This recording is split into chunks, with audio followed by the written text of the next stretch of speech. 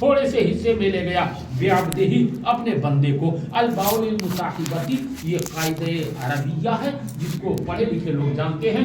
با بعبدہ عبدہ سے مطلب پہلے جو با لگا ہے. الباء للمصاحبۃ با جو ہے یہاں مصاحبت کے لیے ہے. پتہ یہ چلا اپنے بندے کو لے جانے والا. دیکھو ایک ہوتا ہے بلا لینا, ایک ہوتا ہے بلوا لینا, ایک ہوتا ہے لے جانا. الباء للمصاحبت پتہ یہ چلا جو لے جا رہا ہے وہ بھی ساتھ میں موجود ہے.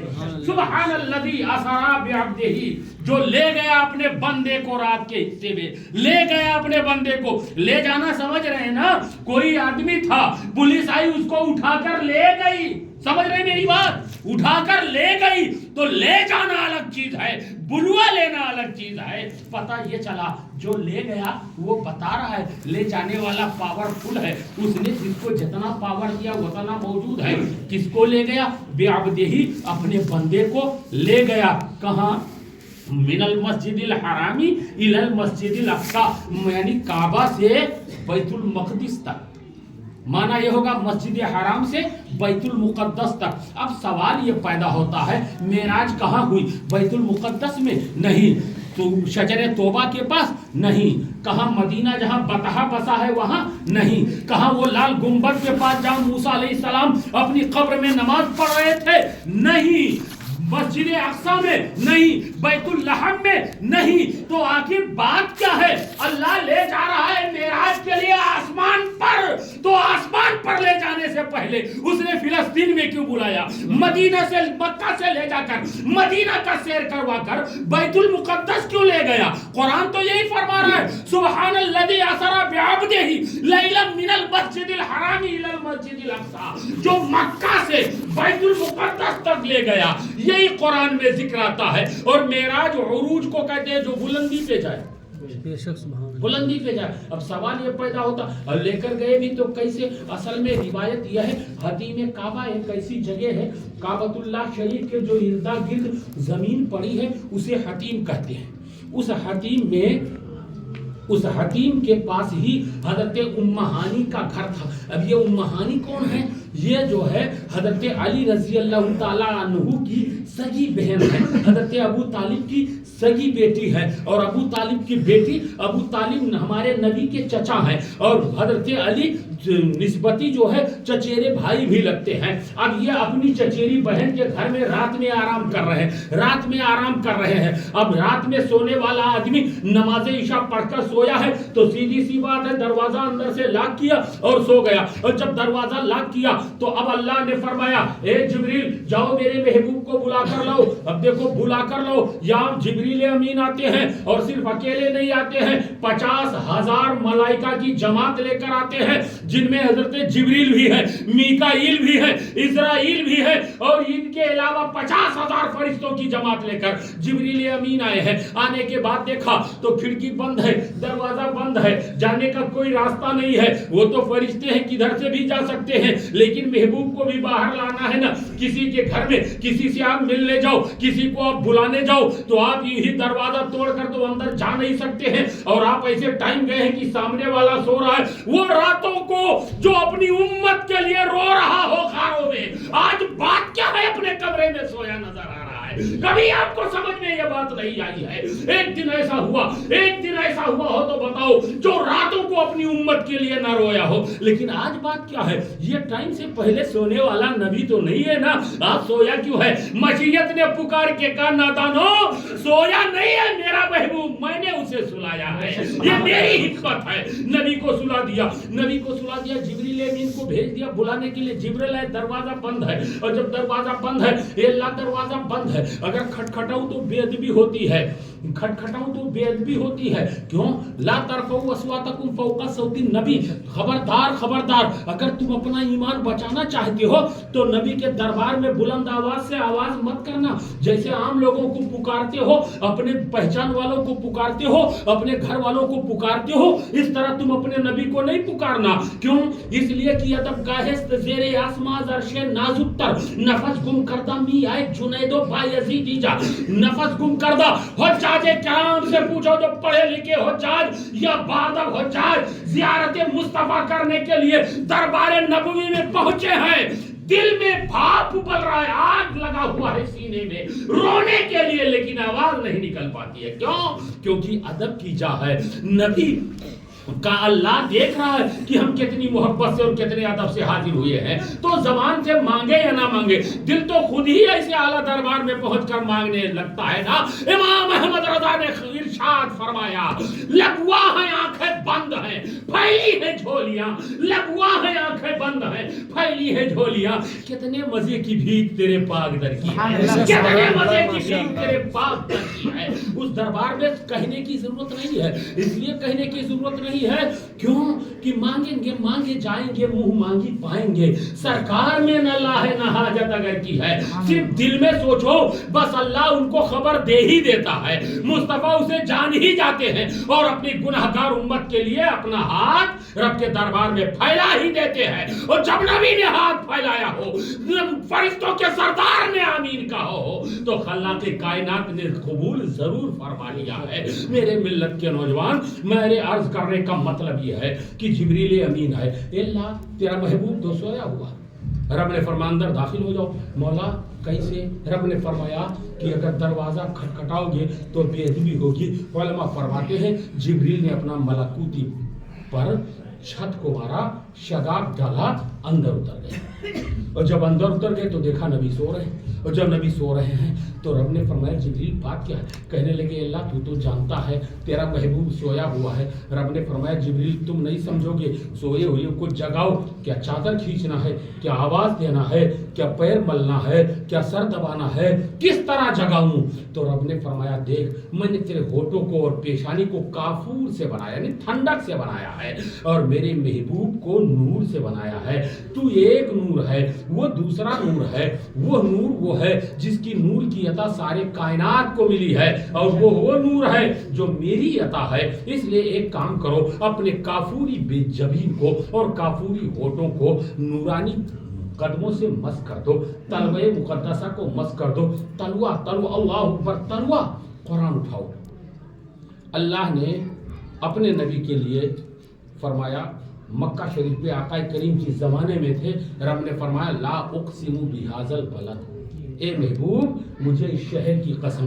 اب ہم سمجھے کہ اس میں آب زمزم ہے اس لیے رب نے قسم کھایا, میزاب رحمت ہے اس لیے قسم کھایا, وقوف عرفہ کی جگہ اس لیے قسم کھایا, مینا کی وادی اس لیے قسم کھایا, صفا اور مروہ اس لیے قسم کھایا, مقام ابراہیم اس لیے قسم کھایا. نہیں, رکن شامی اور ایمانی کی وجہ سے نہیں, حجر اسود کی وجہ سے نہیں, رب نے خود ہی کلیئر کر دیا وَأَنْتَ حِلٌّ بِهَذَا الْبَلَدِ, اے محبوب اس لیے میں نے قسم اٹھایا ہے اس جگہ کی کیونکہ تمہارے قدم وہاں موجود ہیں. اب امام احمد رضا خان علیہ رحمۃ رضوان نے ارشاد سنا تو ارشاد فرمایا کھائی قرآن خاکے گزر کی قسم, اس کفے پاکی حرمت پہ لاکھوں سلام. کھائی قرآن خاکے گزر کی قسم, اس کفے پاکی حرمت پہ لاکھوں سلام. آقا کریم صلی اللہ علیہ وسلم کے مقدس پیر کے مقدس تلوے با حرمت ہیں, با عزت ہیں. جبریل نے سنا, نبی نے آنکھیں کھول دی. جبریل نے کیا یا رسول اللہ ان اللہ اشتاق بلقائک یا محمد, یا رسول اللہ, اے اللہ کے رسول, اللہ تعالیٰ آپ کے دیدار کا اشتیاق رکھتا ہے, آپ سے ملنا چاہتا ہے, آپ سے ملاقات کا خواہش مند ہے, چلیے.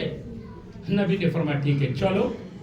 ابھی تو چھت پھاڑ کے اترے تھے, نبی نے دروازہ کھولا, باہر نکلے, حتیم کعبہ میں گئے اور جبریل امین وہاں لے کر گئے تو ایک فرشتے نے ایک برتن پیش کیا. اس برتن میں کچھ حکمت کے موتی تھے, کپڑے سے ڈھکا ہوا تھا. حضرت جبریل امین نے ملائکہ کی سہایتا سے آقا کریم کا شق الصدر فرمایا, سینہ مبارک چیرا. چیرنے کے بعد میں دل نکالا. دل نکالنے کے بعد اس سے پہلے بچپن میں بھی دل چاک ہو چکا ہے, بچپن میں بھی دل چاک ہو چکا ہے. جب حلیمہ سعدیہ رضی اللہ عنہ کے گھر تھے, بکری چرانے گئے تھے, وہاں بھی دل چاک ہوا ہے. اور جو نبوت عطا کرنے کا وقت آیا تھا تب بھی اللہ نے نبوت سے پہلے ان کے دل کو چاک کیا تھا. ارے کوئی چیز سنبھالنے کے لیے اگر چیز وزن ہو تو اس کا ضرب بھی وزن مضبوط ہونا چاہیے نا. سینہ چاک کیا, دل نکالا. نکالنے کے بعد میں اس میں تھوڑا سا خون کا لتھڑا جمع ہوا تھا جسے کالا خون کہتے, اس کو نکالا. اس کے جگہ پر حکمت کے